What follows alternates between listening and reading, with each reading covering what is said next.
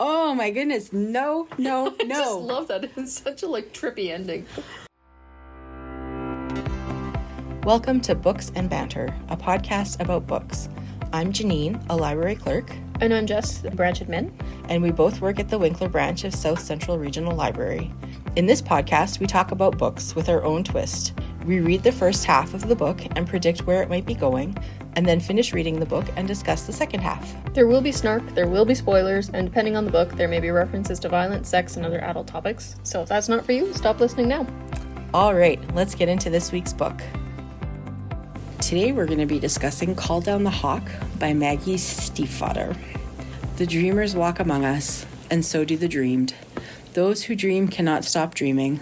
They can only try to control it. Those who are dreamed cannot have their own lives. They will sleep forever if their dreamers die. And then there are those who are drawn to the dreamers, to use them, to trap them, to kill them before their dreams destroy us all. Ronan Lynch is a dreamer. He can pull curiosities and catastrophes out of his dreams and into his compromised reality. Jordan Hennessy is a thief. The closer she comes to the dream objects she is after, the more inextricably she becomes tied to it. Carmen Farouk Lane is a hunter. Her brother was a dreamer and a killer. She has seen what dreaming can do to a person, and she has seen the damage that dreamers can do. But that is nothing compared to the destruction that is about to be unleashed. ... This is book 1 in the Dreamer trilogy, followed by Mr. Impossible and Grey Warren. It was originally published November 5th, 2019. I am Maggie Stiefvater. I hope I'm saying that right. I write books. Some of them are funny haha, and some of them are funny strange. I play several musical instruments, most infamously the bagpipes, and make art in several media, most typically colored pencils. Currently, I live in the Shenandoah Valley in Virginia with my husband, my 2 children, some cows, 7 dogs, an interminable number of miniature silky fainting goats, and a mating pair of growly tuner cars? Cats. Must be cats, right?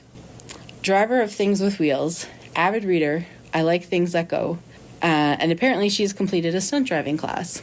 Cool. She was born Heidi Hummel and legally changed her name to Margaret at the age of 16. As a child, she was a voracious reader who enjoyed writing. By age 16, she was submitting manuscripts to publishers. After being homeschooled from 6th grade on, Stiefvater attended Mary Washington College, graduating with a BA in history. By the time she had entered college, she had already written over 30 novels, including 4 thrillers about the Irish Republican Army, a historical blockade runner, and a high fantasy novel about impassioned enchanters fighting among civil unrest. After graduating, she worked as a portrait artist, specializing in equestrian art. So there you go. She has had an interesting life, I feel like. Yeah, definitely. So the miniature silky fainting goats kind of got me. So the other day I was driving to work. This is an aside, and you can cut this out, Linda, if you want to. But it's kind of funny. So I was driving on 15th by the Ball Diamonds, and all of a sudden I saw this white Hoppy thing. And I was like, that kind of looks like a goat hopping along. And then I saw there was another one, and then there was a dog that was chasing them. And I had to actually stop on the street because they were coming across the road. So I had to stop so I wouldn't run over them. It was a rabbit. 2 rabbits. They were huge. Oh, there are some big boys out there. But they were hopping like a goat would hop. Like, they were hopping not like a rabbit that I've seen. More up than forwards? Yes. Yeah. Like, normally they're like... That dog must not have been very scary if they're going more up than forwards. I don't know what it was, but at first I was like, is that a goat?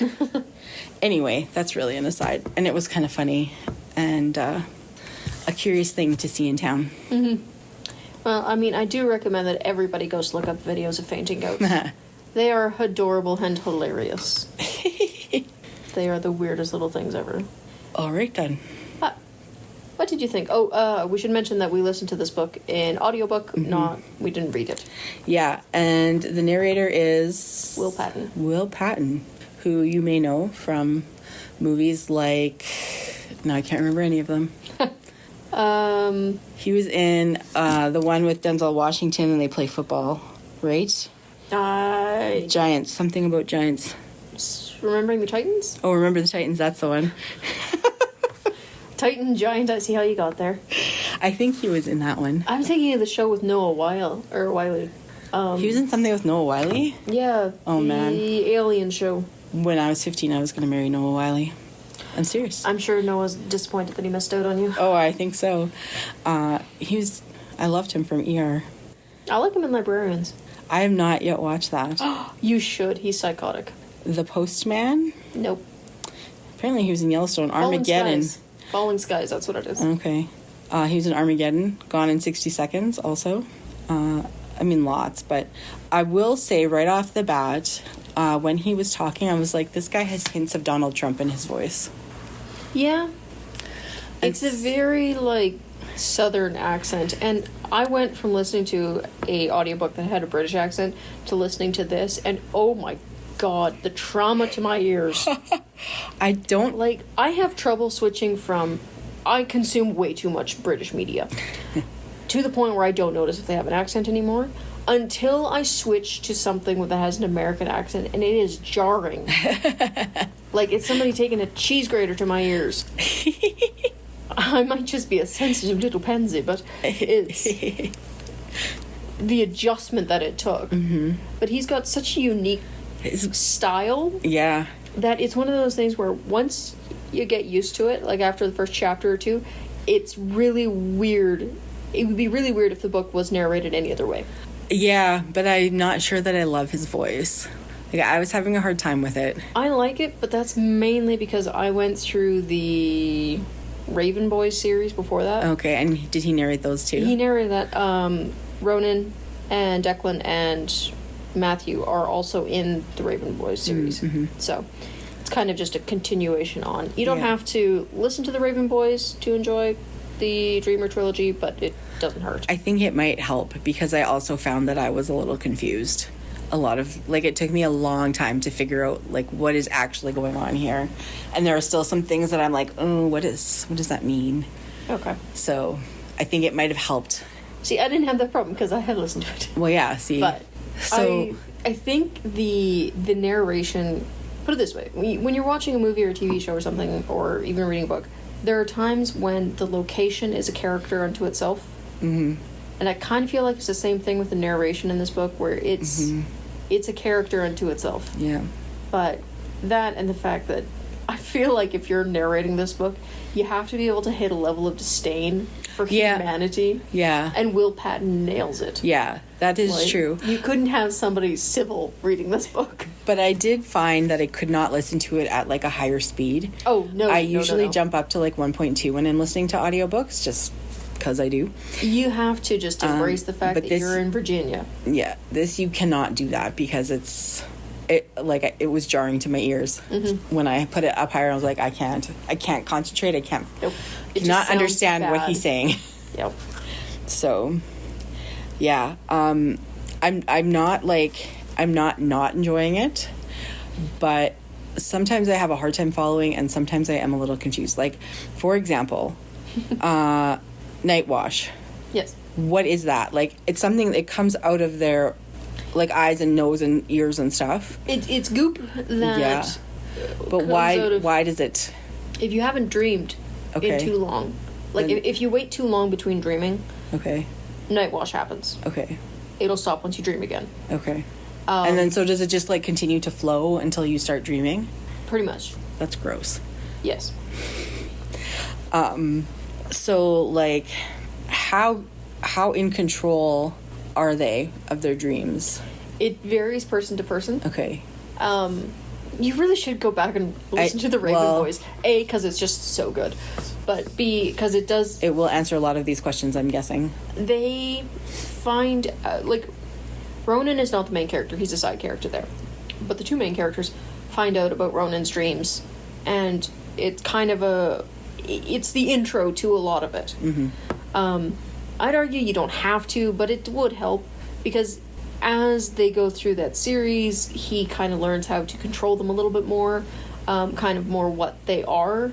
Mm-hmm. And that kind of thing. Okay. So it helps. Yeah. He is sort of in control of his dreams. He's more in control than he was at the beginning of Raven Boys. Okay. But it's not as though he can go, I want ice cream, falls asleep, wakes up with ice cream. Like, it's... There's methods, there's techniques, but it's not a science. So... Okay. Yeah. So that was, like, my biggest thing is, like... Well, the night wash was really... And that's sort of what I figured was when they needed to dream that this stuff starts coming out of them, which is ick. But I also was wondering about, like... So Hennessy is the thief. Yes. But she has all these clones. She dreamed those clones into being. Is that correct? Yes. Now, I was curious... Do they have, like, a hive mind? The vibe that I was getting... Hennessy is new to this series, so she hasn't showed up at all. From what I was getting, it was a lot more like twins than hive mind. Okay. In terms of kind of a little bit of an intuition about the other clones, but not like, oh, yes, she wants ice cream. Apparently I want ice cream right now. Yeah, sounds like. Which is weird. I don't like it.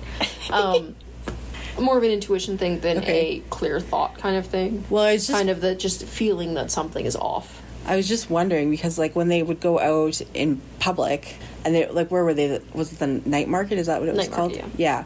And so there was, like, 3 of them there, all in the same place. So how do they, like, communicate... Or, like, oh, I saw this person, they're going to come your way, and they're going to comment on this. Like, how do they... Do you know what I mean? Well, the thing is, you have to remember, they're all essentially the same person. So their thinking patterns are going to be very similar. Okay. So in terms of how they approach situations, like, yeah, they each have kind of their strengths and whatnot. But... they are going to go about it in very, very similar ways. Okay. So you don't necessarily have to go, I'm going to go over here because of this reason, because the clone already knows that, yeah, I'm going to go over here because of this reason too. Right. In terms of communication and stuff like that, I'm assuming it's like any other good heist team. You have your methods of communication. You learn whether that's I turned my shoulder this way, so it means that, or I adjusted my hair means that kind of thing. But, like, communicating with other people... And, like, who they didn't interact with, but who maybe interacted with one of the other clones, for lack of a better word. Yeah. You know, like how... I don't know. It was... This whole concept of dreaming something into being is just fascinating to me. It's such a good series, honestly. I love it. And it's not like... So, okay, obviously she's dreaming people. And... Ronan has dreamt a person. Yes. At least one person into being. But it's not just people. It's like... It's things. It's toasters. It's cars. It's bikes. And not just, like, regular... Like, some of the animals were, like, weird kind of animals. Like this balloon cow. The balloon cow I thought was hilarious. Awesome. I liked that. I even wrote down bovine blimp. But that's the thing. Like, it's so weird, but in such an interesting way. It is. Like... And... part of the charm of this series, I think, is just the descriptions of things. Like, it's just that there's some books that you rush through to get to the ending because you want to know what happens. And there's some books that you read them just because they are a joy to actually read. Yeah. I think this falls definitely in the latter category. Well, one thing I wrote down, one place there was a phrase, and it said sneeze gustily, which I thought, like... That is the perfect way to describe a sneeze, and I can just hear it in my mind what that sounds like, right? It's very descriptive, but not in a flowery way. No, it's just like, yeah, she's a good writer for sure. Yeah, it just boggles the mind, though. The thing that I like, though, is it's not just... I like the fact that dreams aren't, like, controlled, because I feel like that could get out of hand really quickly. Ooh, I won $1 million. There it is. I like the fact that the nightmares also get dreamed into being. Right. My favorite dream, though, is Chainsaw. Chainsaw is fantastic. Chainsaw was the raven? The raven, yeah. Yeah. I mean, who doesn't want a pet raven? And was it the father that dreamed that one into being? No, Ronan. That was Ronan's? That's Ronan's, okay. Yeah. So when they sleep, like, do they sleep every day? And do they always dream when they sleep? Or can they ever sleep without dreaming? They do every once in a blue moon sleep without dreaming. Thing is, when he dreams, it's not always big stuff. It's not always a monster. It's not always a brother, a raven, or a brother. Yeah.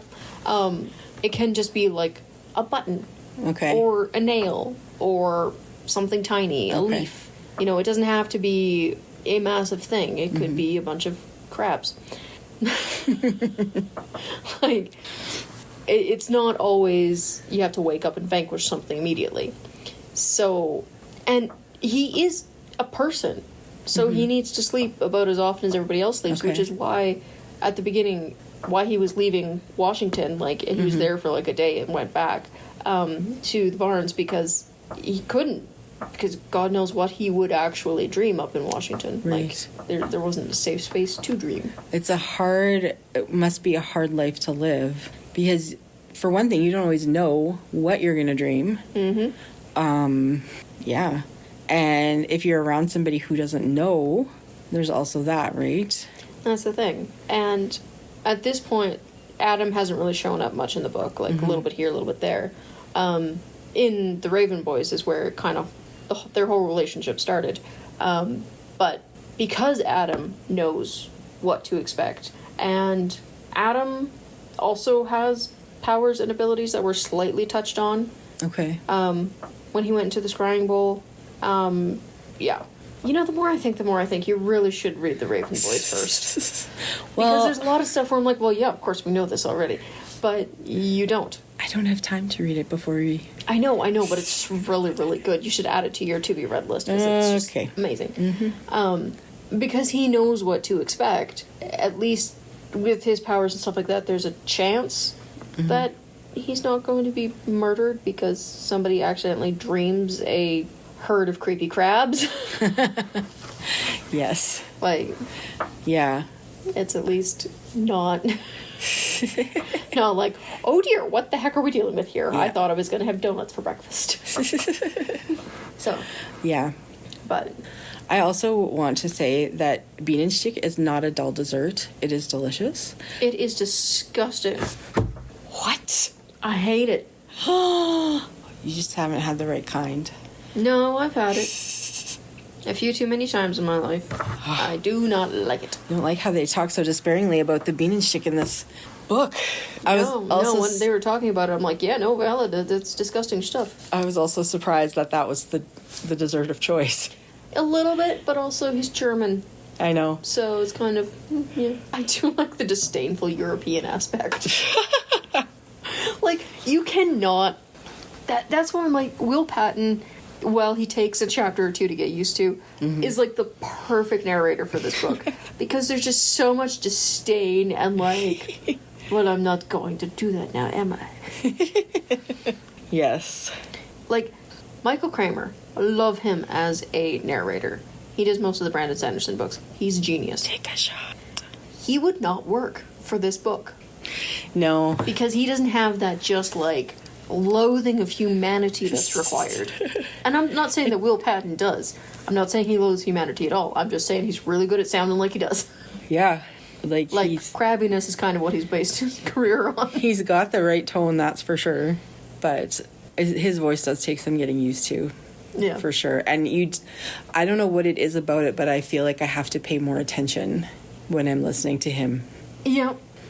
It's there's some speakers that can just put you to sleep. And I don't want to say his voice is like that, but it's got that same kind of like southern drawl, slow quality where it's not like he's going, and then this happened, and then there was a murder, and stabby. Like, it's not...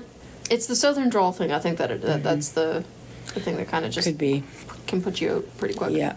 But that being said, the writing is so good, you don't want to fall asleep. I'm not as in love with this book as you are, clearly. Yeah, I know, but that's because I've also read the 4 books previous to this. Yes. And, I mean, the insults. The insults alone are just gold. I love me some good insults. Yes, I agree. Farouk Lane, she's looking for dreamers. Yes. And then she's reporting them and getting them, like, killed or whatever. Is that what's happening there?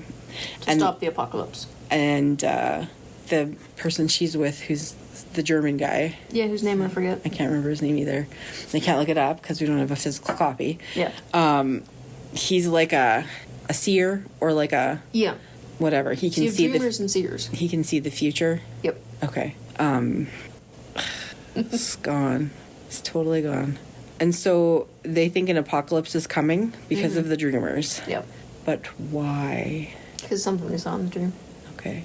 I don't know if we've actually been told yet. Okay. And it was something in the German guy's dream or in somebody else's dream?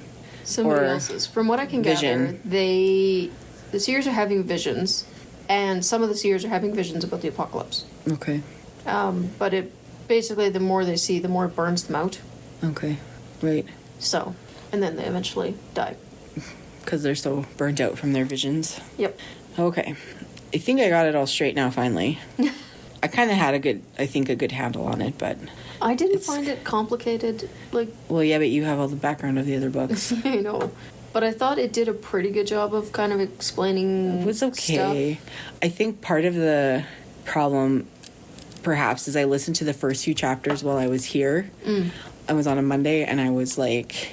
Distracted by work things. Well, I was like just emptying the drop and doing check-ins and the pull list and things like that, which don't require a lot of thought, really.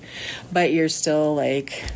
I was focused on two things, right? Yeah. And this is something that you need to focus on a little more than I was. So At least the intros, definitely. It's not Yeah. a background book. No. Like, that's for sure. It is you are listening to it. Yeah. And But- not that you can't do other things, but Yeah. there's definitely a bit more concentration But required. there's like, I mean, I could like crochet a pattern that was very repetitive that I didn't have to think about while I was doing this. But to go through like the pull list where I'm reading titles and looking on shelves and looking at numbers and things, it was Yep. too much. I did stop eventually because I was like, I'm not and I getting anything. should have gone back and started again. But there were things like I don't know that they ever really explained what the night wash was. I don't know if that was ever like I it just thought started. They had. Did they? I don't remember because I feel like I it don't just think started they ever happening. had like a paragraph of this is what it is, but I think they just kind of sprinkled things in throughout. Yeah. So, And like it was sort of what I thought it was, but goop. yeah. No, it's interesting. It's like a really interesting concept, I think, is the thing about it. That's like, It is. yeah. And no, I'm not going to get into it. It's too much for. It basically means I have to describe the entire other series, which Oh. is not going to happen. I'm pretty sure Janine would just walk out if I did that. Walk out, doze off. Either or. Have a lovely nap. Yeah. I really like Michael as a character. Sorry, Matthew as a character. Yeah, He's such a puppy. he is. And he seems just kind of oblivious, right? Like, Oh, straight up. I'm just doing my own thing here and whatever. You could tell that boy the sky was blue, and he'd go, "Oh, really? I hadn't noticed." One of the things, I think it was Declan that said, Matthew was making noises in the back, and he couldn't tell if it was a word or if he was just saying something because he liked the sound of it. Because he sometimes do that, just say the same sound over and over because he just liked the way it sounded. Where I'm like, "Yep, been there." It's like when you stare at a word for too long and it loses all meaning. Yeah. I find the worst one for that is club. Oh, interesting. Don't stare at the word club too long. Okay. It loses, like, it just starts looking really, really weird. Yeah. So, I have a child like that who repeats things because she likes the way they sound. And it's more fun. it's, as their parent, it is not fun. No, as a person doing it, it's fun, though. My husband has instituted the 3 times rule. You're allowed to say this 3 times and then you must stop. It doesn't always Yeah, work. Fair enough. But no, like, he's just that... When you find out that Matthew was dreamed up by Ronan when he was little, it just makes so much sense. Like, Yeah. but, question. What do you think about the fact that Farouk Lane looks exactly like Ronan's mother, and the German kid whose name I don't remember looks exactly like Ronan? I was curious about that. She can't be a dream. Well, but she can be a dream. She can't be... Oh, what was the dad? Ronan's dad's name. Whatever. She can't be his dream because she'd would be asleep then. Yeah. So, Yeah. what's up? I don't know. I'm curious. I need to know. Is she the mother, actually? Do you think? I don't think so. Okay. Was the mother a dreamer? Or The just mother the was father? a dream. The mother was... Oh, right. The mother was the father's dream. Yeah. So my question is Farouk Lane the original? And did the father dream a copy? Oh. Mm-hmm. Okay. So does that mean the German guy's also a copy then? Or... That's the thing. I don't know. And who dreamed Because whatever the father's name is, what is his name? him? Nathan? Nathan Lynch. Is that what it is? Nathan? Nathaniel? Something with an N, I feel like. Lynch. Let me Google. That's like, my brain was stuck for 2 days on what Gansey's name was. I swear it's Richard Gansey III. I don't know who that is. He shows up a little bit in this book, but he's more in the Raven Boys. He's one of the main characters. Niall. Neil Lynch. Oh, here it's spelled Niall. I would say he's that. Irish. Niall. Oh. Yes, Neil Lynch. If Farouk Lane is the original and the mother is a dreamed copy, Neil traveled a lot. Mm-hmm. Is it inconceivable that at some point he dreamt of his son and accidentally made a Ronin copy? Maybe. Because that would explain the German kid. Yeah. He travels, dreamt of a son. Mm-hmm. And then just left him there? And then left him there. Well, what are you going to do with him? Yeah. Hi, honey, I actually dreamed an extra kid. Oh, by the way, you're a dream too? Didn't she know that? Did she not know that she was a dream? I don't know. I think she was aware of the fact that she wasn't normal, but she was also not necessarily... She was very, like, hippy-dippy. Okay. Very kind of, Mm-hmm. Look, a butterfly. Not that that's a bad thing, just I don't know to what degree she comprehended, even if she did know she was a dream, to what degree she comprehended what that actually meant. Well, like, if you dreamed a copy of your kid, what would you do? Yeah, I don't know. That's a good question. They're alive now. You can't kill them. But no, if the father dreamed him, though, wouldn't he he should be asleep? Yeah. But does that mean Ronan's a dream? Because it can't be, because Ronan's also still awake. Yeah. So, does he have a twin? And if so, why would you not keep both twins? Yeah, why would you separate them? That would be interesting, though, if they were twins. And if they are twins, does that mean that dreamers and seers come in pairs? Huh. Oh, my goodness. See? Sneaky. Oh, my goodness. This series is so good. And this, honestly, anything by this author is so good. Am I going to have to read more of these books? Yes. Oh, man. It's too many books. Not enough time. You'll enjoy them. I need a sabbatical. Just to read books. Do you think the higher-ups will approve a sabbatical? I doubt it. But anywho, and the thing that gets me is there's something else going on here. Because Farouk Lane and German Boy, we really need to figure out what his name is for the second half. Farouk Lane and German Boy and Ronan, by all accounts and purposes, are in the same place at the same time, but they don't see each other. Well, they do in the cars, right? Ronan sees Farouk Lane, or the woman that looks like his mother, but German Boy is in the car with her, and he doesn't see him. Right. And when they get to the cul-de-sac, where Ronan eventually has to fall asleep because he's got too much night goop. What's it called? Night wash. Night wash. There's no indication that German Boy actually saw Ronan. Mm-hmm. Do they not? By all accounts and purposes, they should be seeing each other. Like, yes. It would be really weird for them not to. But between that and how on earth did Ronan get out of there? Mm-hmm. Like, the car, the whole 9 yards was just missing. Yeah. Like, Bride. Questions. Bride is his name. Bride. Right. That's much better than German Boy. But, like, there's something fishy going on at a base level there, so. Yes, there is. But I do like the fact that he dreamed a motorcycle. Yeah. He dreamed a car in the last one. He actually dreamed multiple cars in the last one. See, at some points I was like, wow, that would be a really cool talent. But at other points I was like, I don't know. Thing is, in the last one, he dreamed a car intentionally because they accidentally wrecked Gansey's car, and Gansey is very protective of his car. So they had to dream a new car. Which sounds great in theory, but it's more complicated than it sounds because you have to know how it works. Okay. But also, like, you need to be able to dream of an engine. You need to be able to dream that it works. You have to dream the mechanical aspect of it. But you don't have to actually know the ins and outs of putting together an engine or anything like that.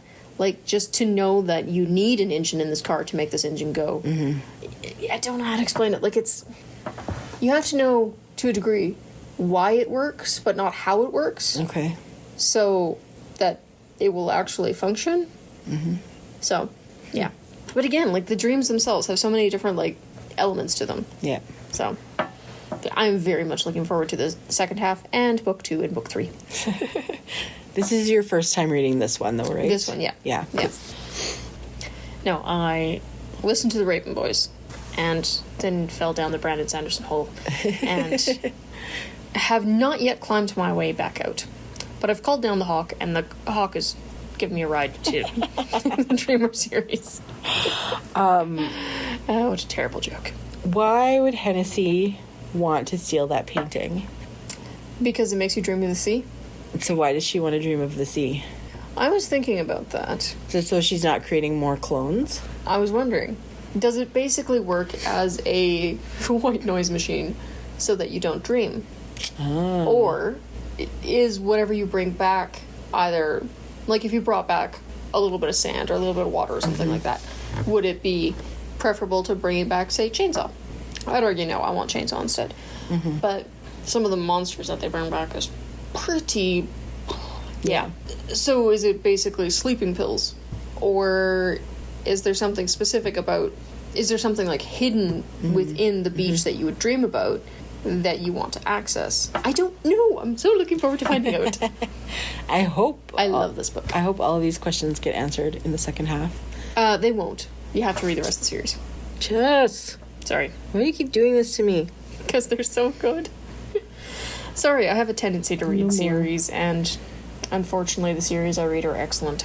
I'll try to pick bad ones next time. Maybe something about tea. The next books that we choose have to be standalones. No more series. I mean, we picked 2 standalones out of 3 this time. That is true. Or we have to start reading the second books in all the series. I vote we start reading the second books. I vote we start with the second book of Call Down the Hawk.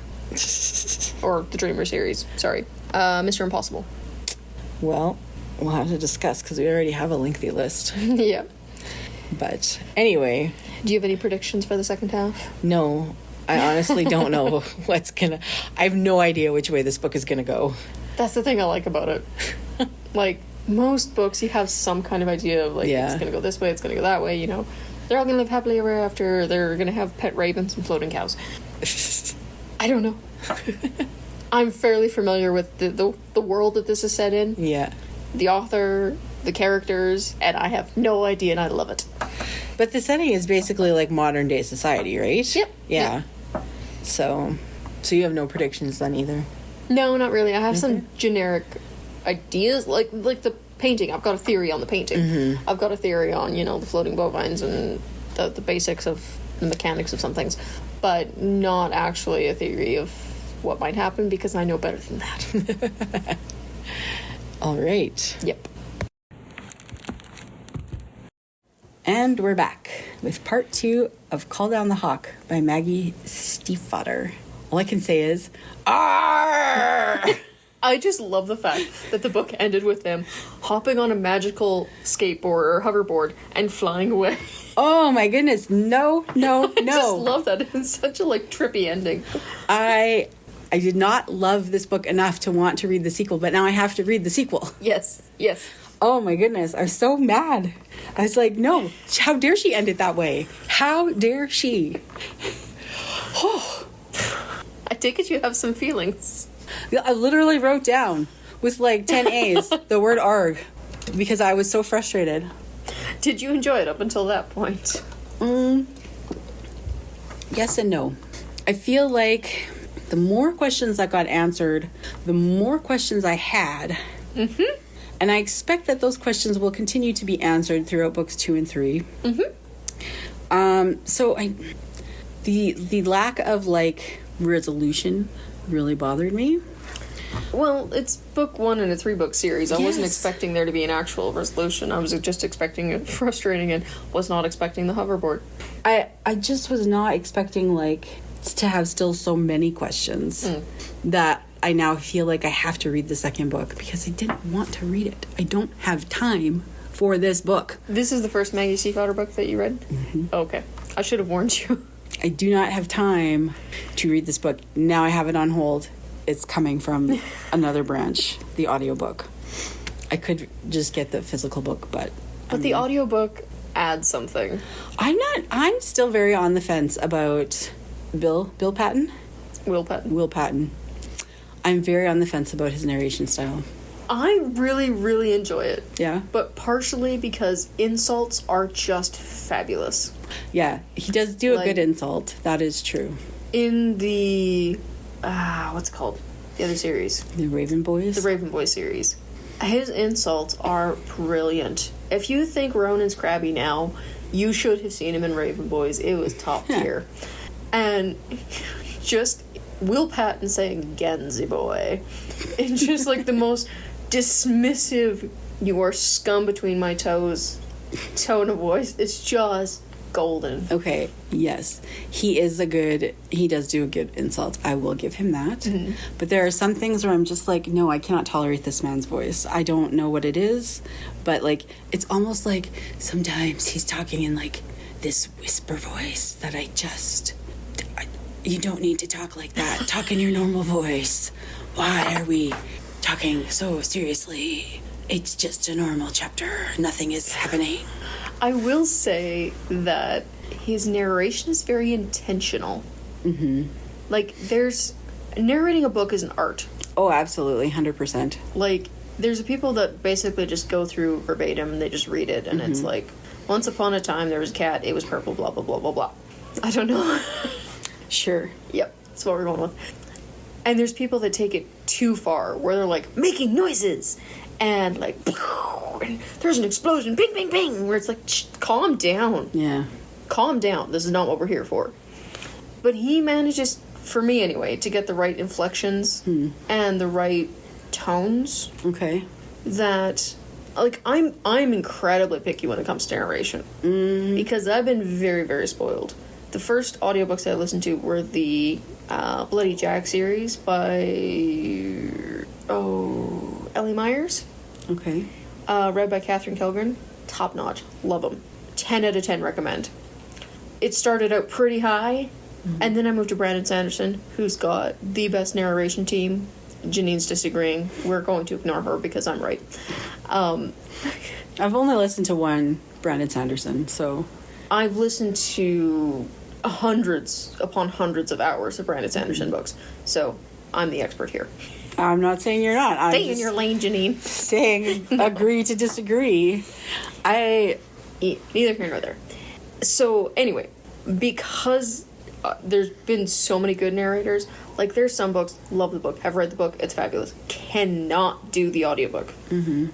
Because the narrators are just terrible. They just read the book.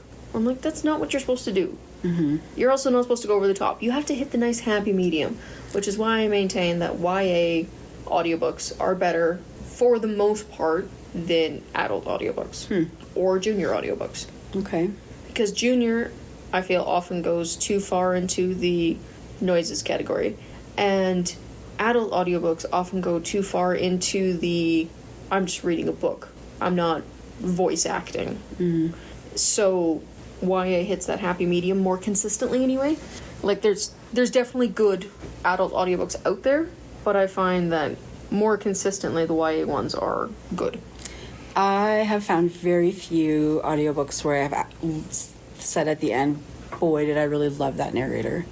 I don't even know if I could say any.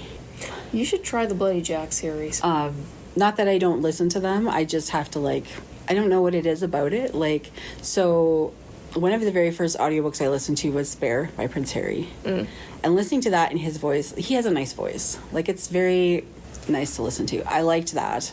It's British. I find British helps. Yeah. I did not generally care for the book, but the voice was nice.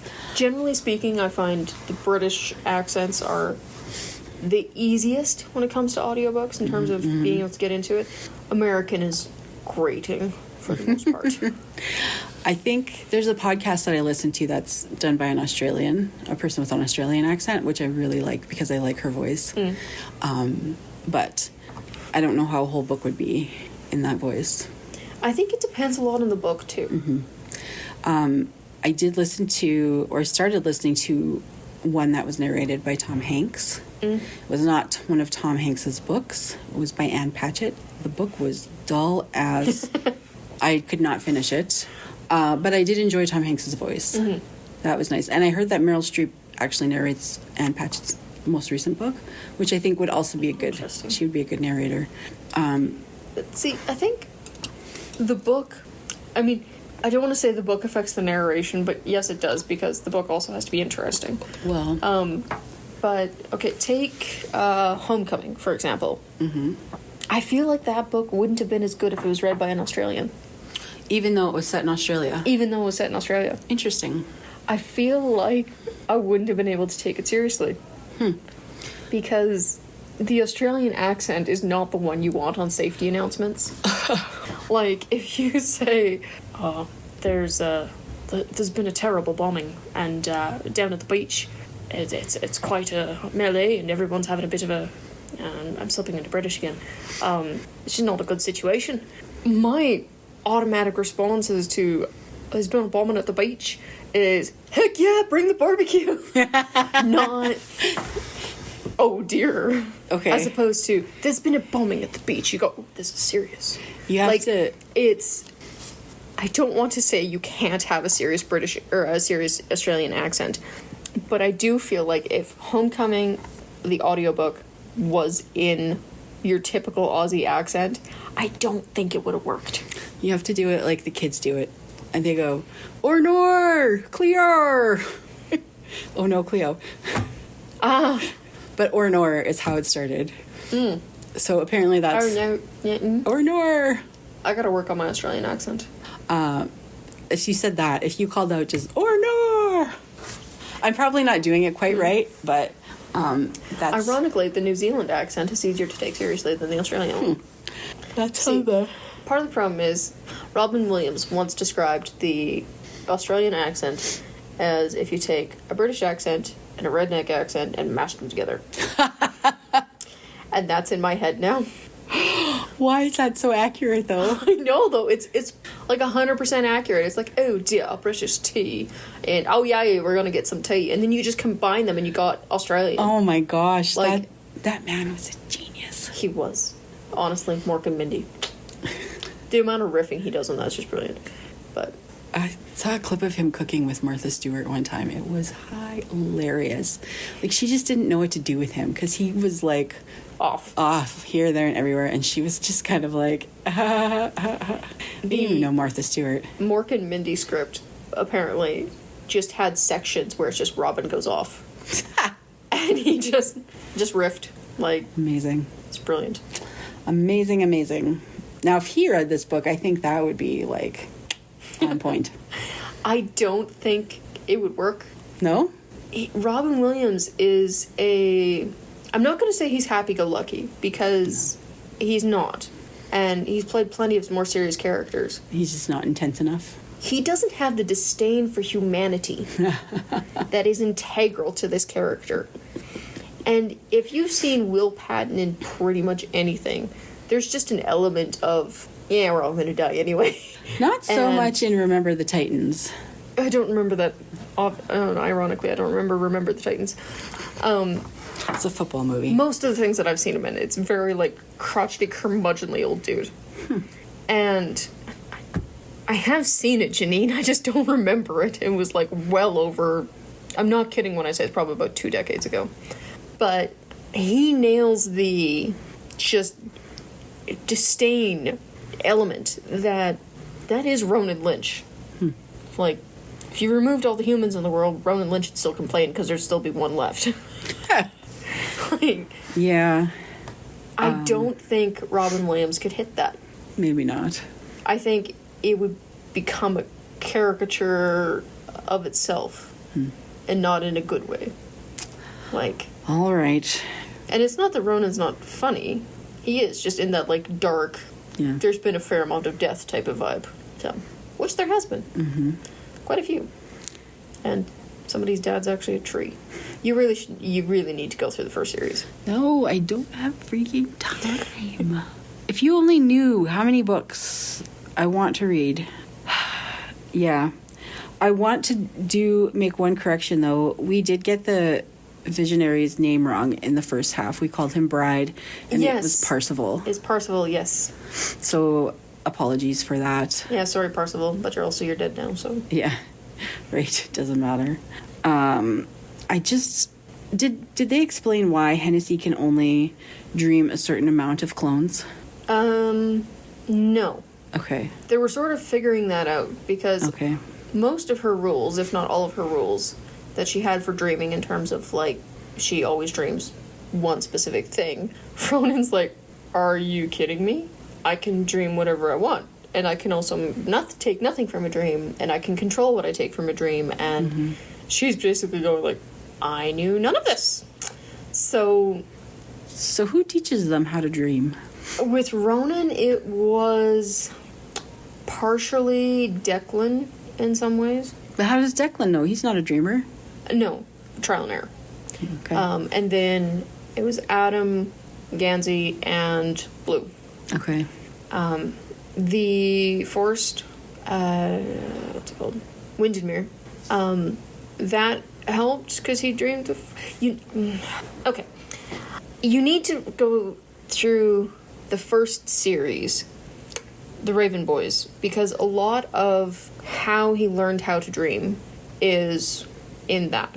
Okay. There was also another dreamer, I forget his name, but that guy was hilarious, who helped refine a lot of things. Okay. Like, Declan knew that he dreamed, but not how to control it. Like, the nitty-gritty details, it was a lot more of the just don't do it, the abstinence type of deal. And Adam being able to do his psychic shtick helped focus it a lot. Okay. But it was a lot of... What is that guy? He had a white Mitsubishi. He mentions him in this book, I should know. But anyway, he was a dreamer that is no more, who really helped control what was brought back from the dream. Okay. But it was a lot of trial and error. It's 4 books worth of trial and error. 4, not even just 3. No. But they're all good. Well, I don't deny that they are, but man... So every dreamer has different rules about dreaming, though? Or different... Like, because Hennessy only dreams clones of herself. Mm-hmm. She hasn't learned anything else yet. Oh, so it's just because she doesn't know how to... Yeah, she's... Okay. As far as I understand, they knew there was different dreamers out there, and that they weren't special, but they didn't know that there was a different way to dream. Okay. So, I suspect the second book will be a lot of Ronan teaching Hennessy how to dream, and how to control her dreams, and how to focus on what she does bring back and what she doesn't bring back. Okay. So maybe book 2 would answer a lot of my questions. Probably, yeah. All right. So then, well... But by the sounds of it, Hennessy also has something in her dreams that Ronan doesn't. The lace, which it's not entirely clear whether that is an entity unto itself or a repeated nightmare, for lack of a better term. But yeah. Yeah. I get the impression it's something more because of Ronan's reaction to it, but, yeah. What did you think of, the girl in Lindenmere? Oh, Olive? Yes. Is that her name? Oh, yeah, I liked her. She's fun. Yeah, she has a lot of fun. She shows up in, the Raven Boys series, and she is an absolute kick. More than anything, I am just frustrated that there's so many unanswered questions. And I feel like we either need to start reading book 2s from all the series we've read book 1s of, or we need to stop reading book 1s. Well, I've already downloaded the second book, so I'm not waiting. Partially because if I wait too long, I'm going to have to re-listen to this one in order to... Because there's just a lot in it. There's a lot. And that was, I think, another thing is sometimes I had a hard time following. My mind would wander.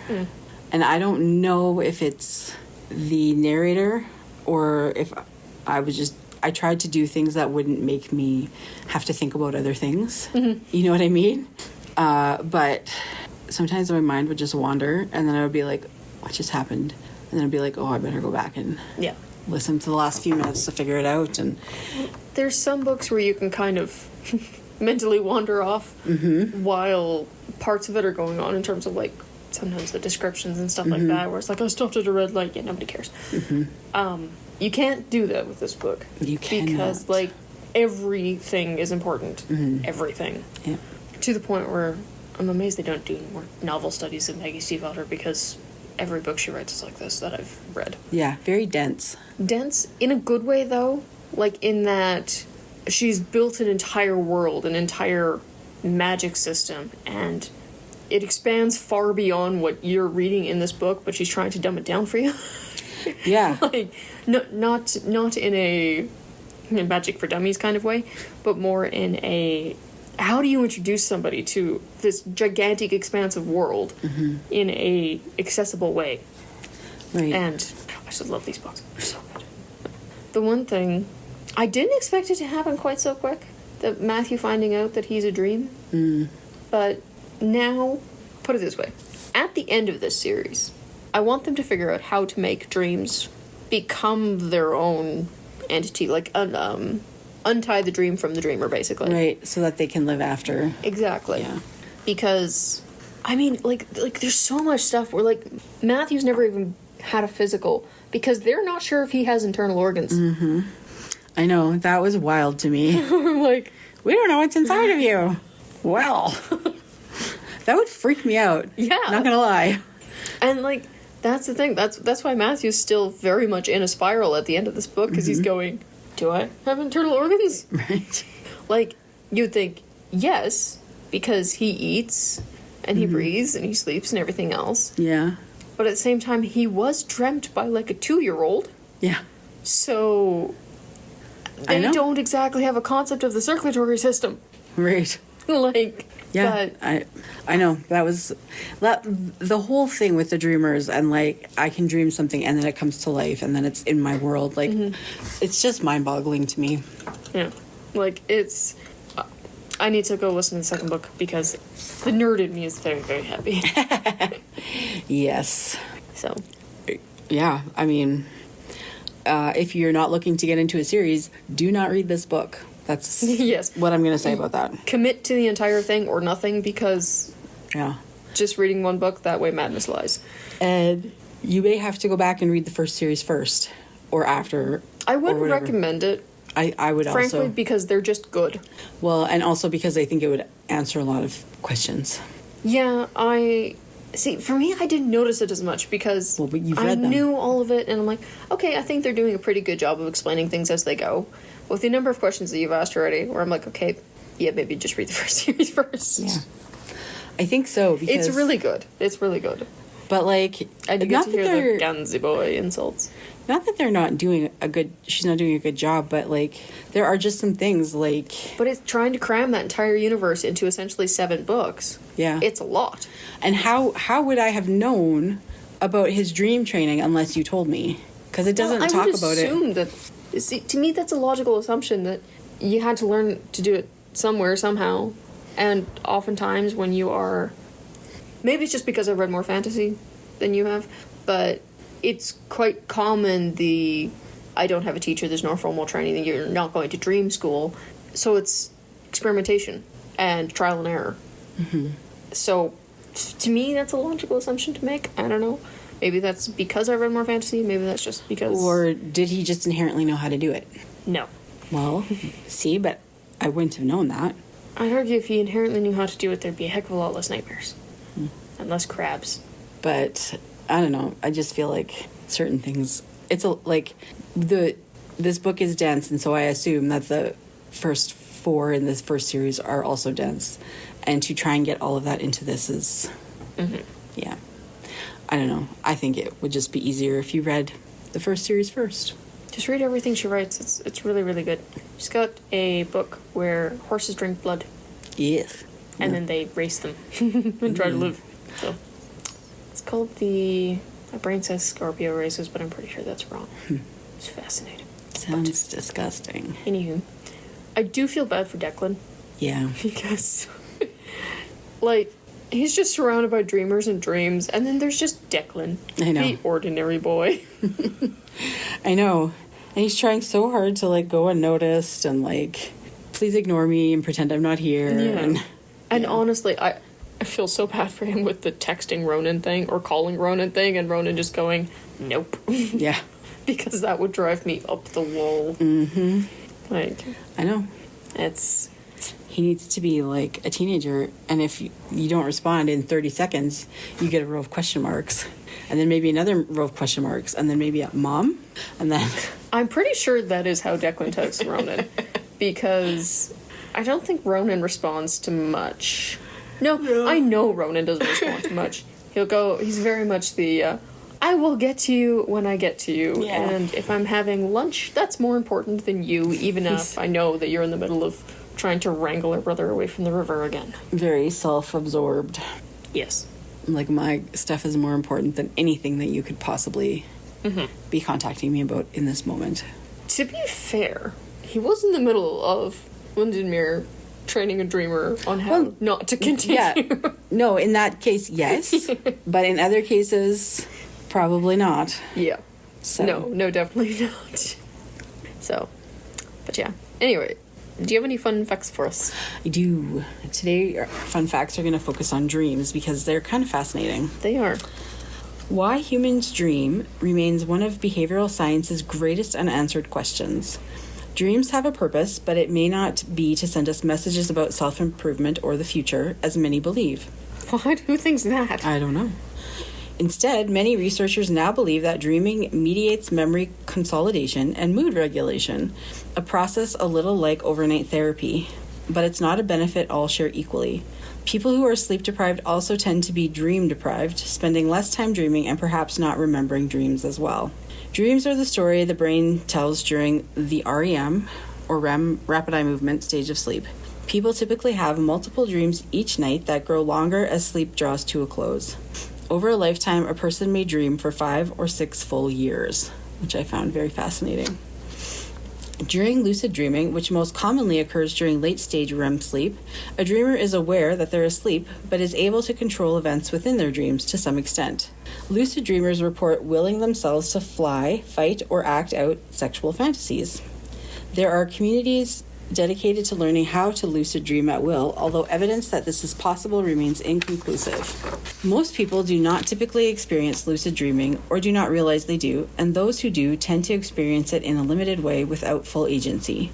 But some experts and advocates of the potential benefits of lucid dreaming for boosting creativity and confidence and reducing stress believe most people can train themselves to experience lucid dreams. What do dreams mean if your teeth fall out? Apparently this is a common dream. I didn't know. What? Yeah. Penny Pierce, the author of Dream Dictionary for Dummies, suggests that dreaming about losing teeth can have multiple meanings. It might mean that you are worried about your attractiveness or appearance, for instance. It may also indicate that you are concerned about your ability to communicate, or that you are concerned that you might have said something embarrassing. The real essence of teeth is their ability to bite through, to cut, tear, and grind, she explains. If your teeth fall out, you lose personal power and your ability to be assertive, decisive, and self-protective. I have never once in my life, to my recollection, dreamt that my teeth were falling out. Do you have any recurring dreams? Like, there's the standard following and chasing stuff. Okay. Not me following and then chasing stuff, but like the dreaming that you're following and just continue falling and falling and falling is one of the most common dreams. And dreaming that you're being chased is also up there. Like, that's fairly standard stuff, but I don't have any recurring dreams that I know of. I have very annoying dreams because I'll dream like a full novel of something and go, this is brilliant, I've got to wake up and write this down, and then go, crap, what was it again? Like, see, I often dream that my eyes are closed and I cannot open them. And like, I'll be like walking around, whatever, doing whatever in the dream, and I cannot for the life of me open my eyes. Really? Yep. Huh. I don't have anything like that.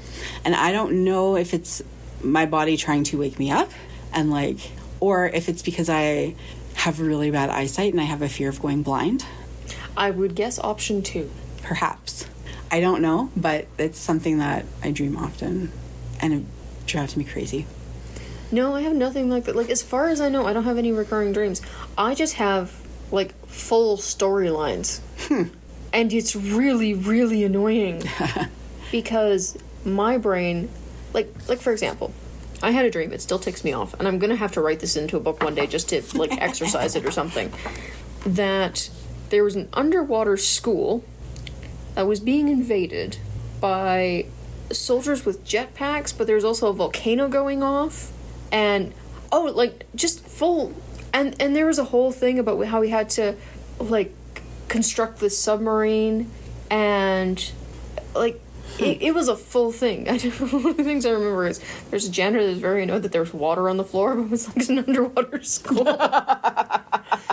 Like, just full storylines and plots and stuff like that. And I will occasionally wake up because I go, I gotta try and figure out to research something. Mm-hmm. And then I wake up and forget what the dream was. Well, it's very, very annoying. Like, most of the time I can't remember past like a couple minutes of waking up, but I dream in full stories, which is incredibly aggravating. that's crazy. Don't recommend it. So a few fun fast facts, Fun fix. whatever, on dreams. We may not remember dreaming, but everyone is thought to dream between 3 and 6 times per night. It is thought that each dream lasts between 5 to 20 minutes. Around 95% of dreams are forgotten by the time a person gets out of bed. Dreaming can help you learn and develop long-term memories. Blind people dream more with other sensory components compared with sighted people. That makes sense. Yeah, it's interesting. So there you go. No, I find dreams quite annoying. The worst thing, though, not dreaming. Dreaming is fine. When you fall asleep and you wake up and it feels like you just barely fell asleep like 2 minutes ago. Mm-hmm. That is the worst thing. Yep. So annoying. But Mm-hmm. no, I don't know. Yeah.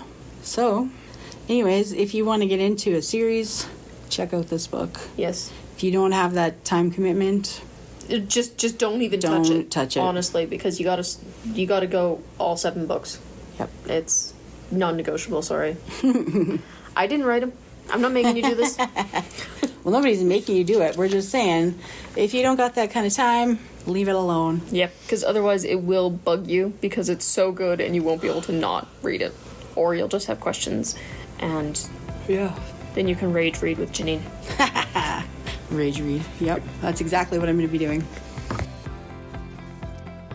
So that's what we thought of the book, but those are just our opinions, and we'd like to hear yours. Leave us a comment. Thanks for joining us for Books and Banter, and thanks to our editor, Linda. We'll see you next time.